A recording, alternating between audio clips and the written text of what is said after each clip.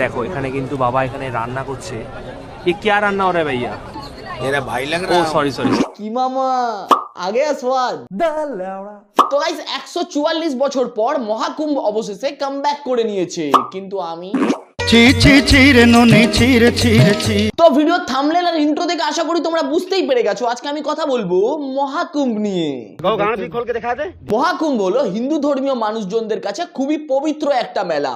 এখানে যেমন কোটি কোটি পুণ্যার্থীরা গিয়ে জড়ো হয়, তার পাশাপাশি জড়ো হয় কোটি কোটি সাধু সন্ন্যাসীরা। কিন্তু এইবার কুম্ভ মেলায় সাধু সন্ন্যাসীদের সঙ্গে কিছু সন্ন্যাসী রূপী মদনা আর ব্লগার রূপী চোদনাও গিয়ে জড়ো হয়েছে। তো চলো আজকে তাদেরকে নিয়েই কথা বলবো, আর তার সঙ্গে সঙ্গে কিছু ডিজিটাল ছাপড়িদেরকে নিয়ে সবারই সামনে ফেলবো।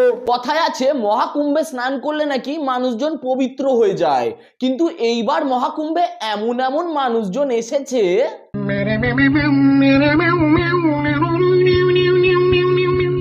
এদের দেখার পর আমার মনে এখন একটাই প্রশ্ন, এরা পবিত্র হয়ে গেল নাকি মহাকুম্ভ অপবিত্র হয়ে গেল?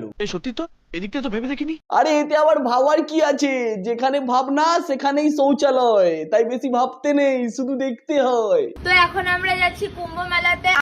এইটা আবার কি দরকার ছিল? মানে ভালোই তো এদিক ওদিক পশ্চাৎ দোলাতে, তোমাদের আবার কি দরকার গিয়ে কুম্ভ মেলাতে? এটা লেগ পিস না অন্য কিছু, এটা কি দিয়েছে? ও ওটা কি দিয়েছে? ওটা কুত্তার বিচি দিয়েছে, কারণ ওটা তো খবর পায় গেছে যে তুমি আইছো, তাই তোমার লগে একখানি স্পেশাল ডিশ বানাইছে। না মানে ভাই সিরিয়াসলি, মহাকুম্ভে যাওয়ার পথে কে চিকেন বিরিয়ানি টানে ভাই? ওকে কেউ ধরে বেঁধে বোঝা যে ওটা মহাকুম্ভে স্নান করতে যাচ্ছে, 21শে জুলাই ডিম ভাত খেতে নয়। দেখো বোঝো অবস্থা। তবে এরা ছাপড়িগিরি করুক আর যাই করুক, মহাকুম্ভে গিয়ে অ্যাটলিস্ট স্নানটা ঠিক মতো করেছে। তবে চুল ভেজেনি সেটা আলাদা কথা।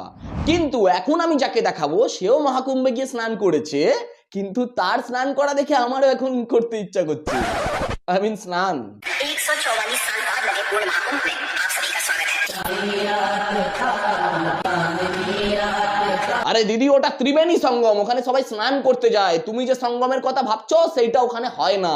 আর তার চেয়েও বড় কথা ওটা মহাকুম্ভ, তোমার পাড়ার কলতলা নয় যে তুমি টাওয়াল পরে চলে এসছো। তোমার এইসব ড্রেস দেখে ওখানকার সাধু সন্ন্যাসীরা দাঁড়িয়ে থাকতে পারবে না আমি শিওর। তবে সাধু সন্ন্যাসীদেরটা বাই দা ওয়ে, সাধু সন্ন্যাসী বলতে মনে পড়লো এই মহাকুম্ভে যেমন ভালো ভালো সাধু বাবারা এসছে, তার পাশাপাশি ফুটেজ খাওয়ার চক্করে কিছু জালি মালও এখানে এসে জড়ো হয়েছে। তার মধ্যে নাম্বার 1 হলো আইআইটি বাবা।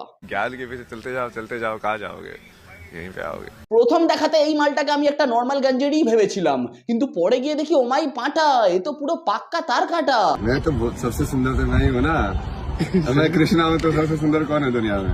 না নিজেকে সুন্দর ভাবাটা কোনো দোষের না, কিন্তু তাই বলে নিজেকে ভগবান বলে দাবি করাটাও উচিত না। কাকা দু চিলিম সস্তার গাঁজা খেয়ে নিজেকে বিশ্ববিখ্যাত পরোটাওয়ালা ভাবতে পারো, কিন্তু ভগবান কৃষ্ণ ভেবো না, তুমি আসলে ভগবান নয়, তুমি আমার ল্যাবড়া মারা। না না এখানেই শেষ নয়, বাবাজি আবার দাবি করেছে বাবা নাকি ইন্ডিয়াকে টি20 ওয়ার্ল্ড কাপ জিতিয়েছে। क्रिकेट देखते हैं आप? हाँ देखा था मैंने बीच में, इनको थोड़ा बहुत ऐसे जिताया भी था। आप जिता देते हैं यहाँ बैठ के? हाँ हाँ हाँ, ये T20 वर्ल्ड कप में भी किया था ना मैंने। হ্যাঁ বাবা তুমি ঠিক বলেছো, তুমি তো ইন্ডিয়াকে টি20 ওয়ার্ল্ড কাপ জিতিয়েছো, তুমি ব্যাট করলে, তুমি বল করলে, তুমি ফিল্ডিং করলে, আর বিরাট কোহলি, রোহিত শর্মা, বুমরা, হার্দিক এরা সবাই হ্যান্ডেল মার। তবে শুধু এই আইআইটি বাবা একা নয়, মহাকুম্ভে এরকম গন্ডায় গন্ডায় ভণ্ড বাবাদের ভিড় হচ্ছে। কেউ বা সকাল সন্ধ্যে মাল টানছে,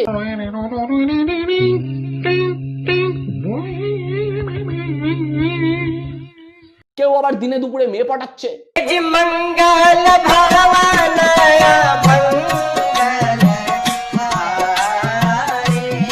তবে শুধু ভণ্ড সাধু সন্ন্যাসী নয়, মহাকুম্ভে কিছু কিছু ভালো সাধু সন্ন্যাসীও এসছে, কিন্তু তাদেরকেও গিয়ে কিছু কিছু আবাল ব্লগাররা এত পরিমাণে জ্বালাচ্ছে যে তারাও দিন রাত্রি এদেরকে ধরে কেলাচ্ছে।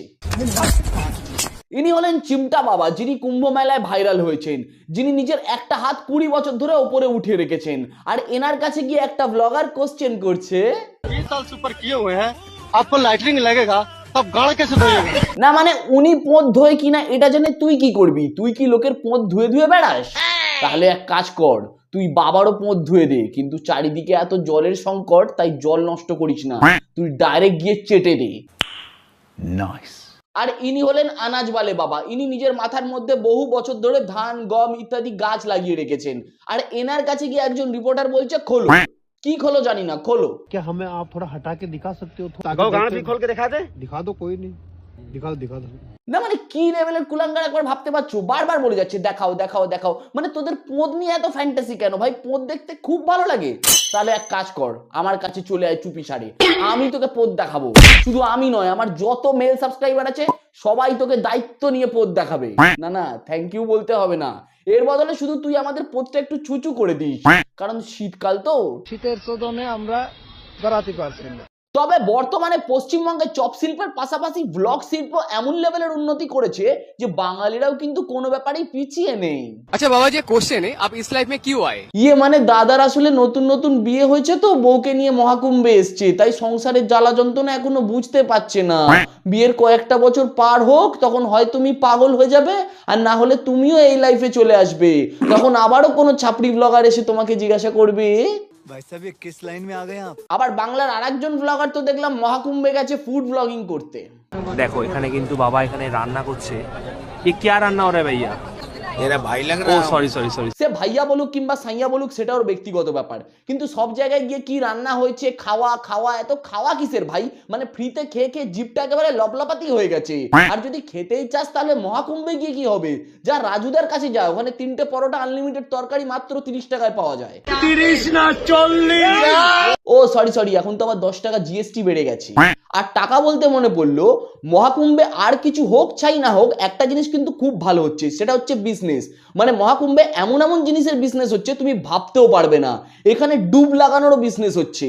মানে ধরো তোমার খুব ঠান্ডা লাগছে, তুমি মহাকুম্ভে স্নান করতে গেছো, তুমি স্নান করতে পারছো না, তোমার হয়ে অন্য কেউ ডুব লাগিয়ে দেবে। अगर आप डुबकी नहीं लगाना चाहते हैं, अगर आप नहाना नहीं चाहते हैं, तो अपना नाम बताइए, 10 रुपए की रसीद कटवाइए, आपके नाम की डुबकी हम लगाएंगे। না মানে ইন্ডিয়া স্মার্ট হয়ে গেছে জানতাম, কিন্তু এতটাও এক্সপেক্ট করিনি। একবার ভেবে দেখো, 50 কোটি লোক মহাকুম্ভে আসবে, তার মধ্যে 1% লোককেও যদি এই ডুবুরি কাস্টমার বানাতে পারে, তাহলে 5 কোটি নিজের পকেটে।